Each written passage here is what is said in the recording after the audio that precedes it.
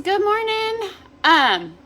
You will have to bear with me. Today has been the Mondayest Wednesday ever, but we are here. We're going to do beanless chili for dinner. So I have already got everything prepped and made out.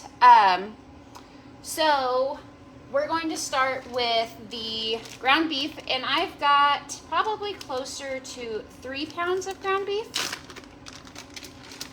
So I'm going to put that in there, and we're going to get this browning up.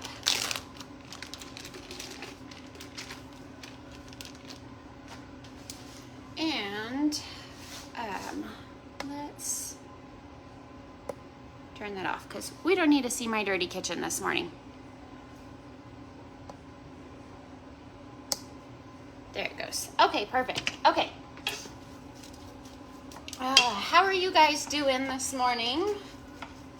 I think while we're waiting on that, I'm going to get my trim sticks made.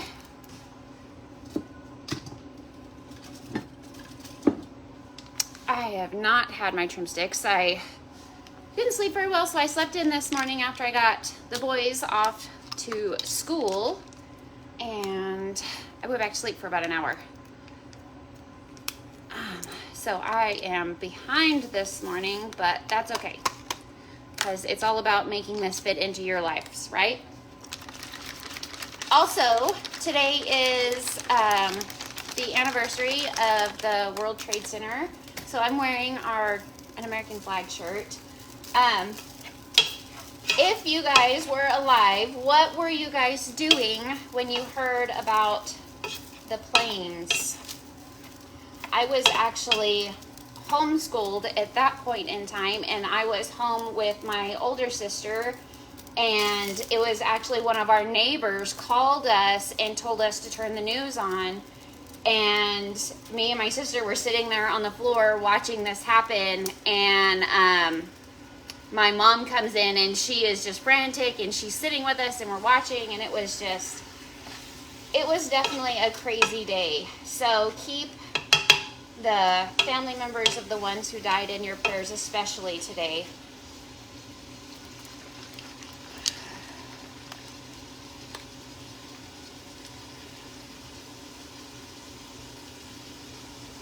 Now, this is one of Zingular's recipes. So I do have the exact recipe for it that I can drop in the comments, or it's in our guidebook, if you would like that. I have this thing where I don't do very well following recipes and instructions. My husband thinks it's hilarious that anytime I actually follow the instructions, nothing turns out right. Those little cookies that you buy in like the tray and you just put them in the oven and the cookie dough's already made, yeah, no, I can't make those cookies. Can't make those cookies. They burn, they're hard every stinking time. I don't know if it's my oven, but we don't do anything by recipes here, so we do everything by taste. So that's how I like to do things. Let me get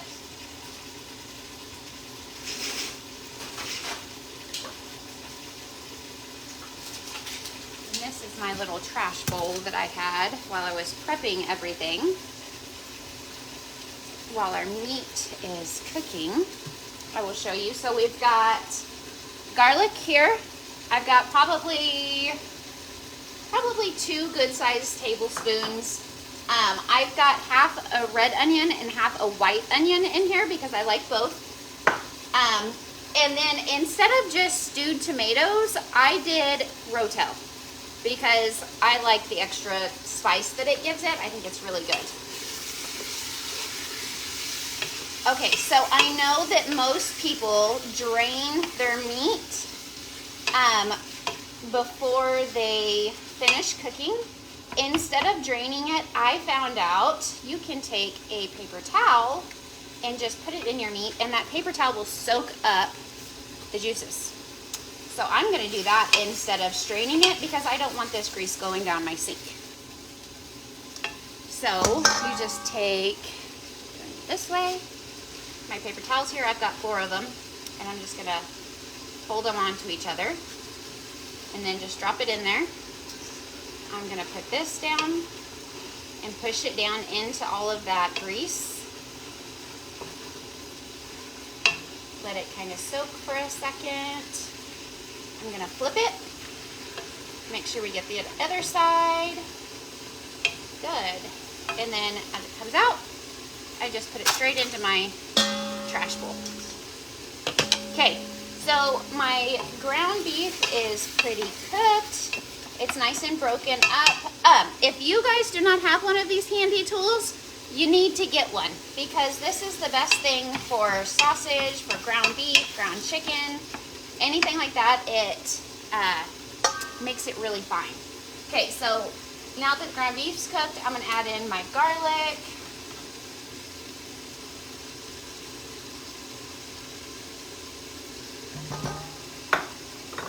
I'm gonna add in my onion.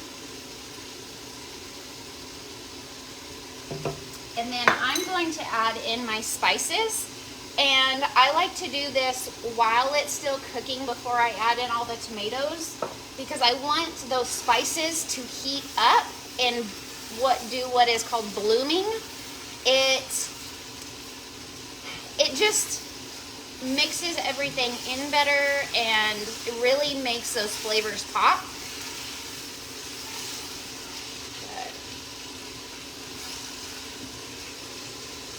Let me show you guys. It looks good. I don't know if you can see that through the steam, but it's looking good already.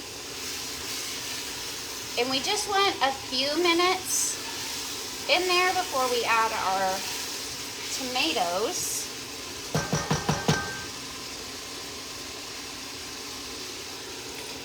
And I'm going to add those in.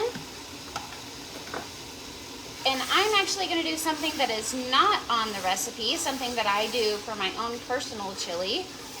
I'm going to add some Wash Your Sister sauce.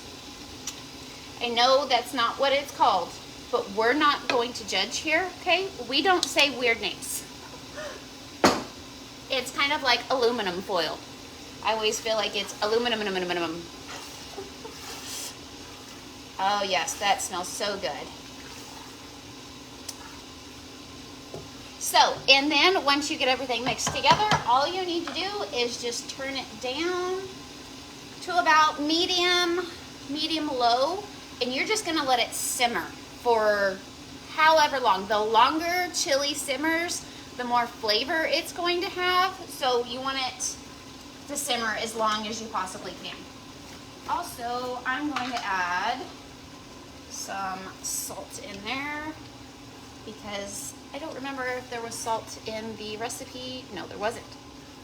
Add salt, guys. You always need salt.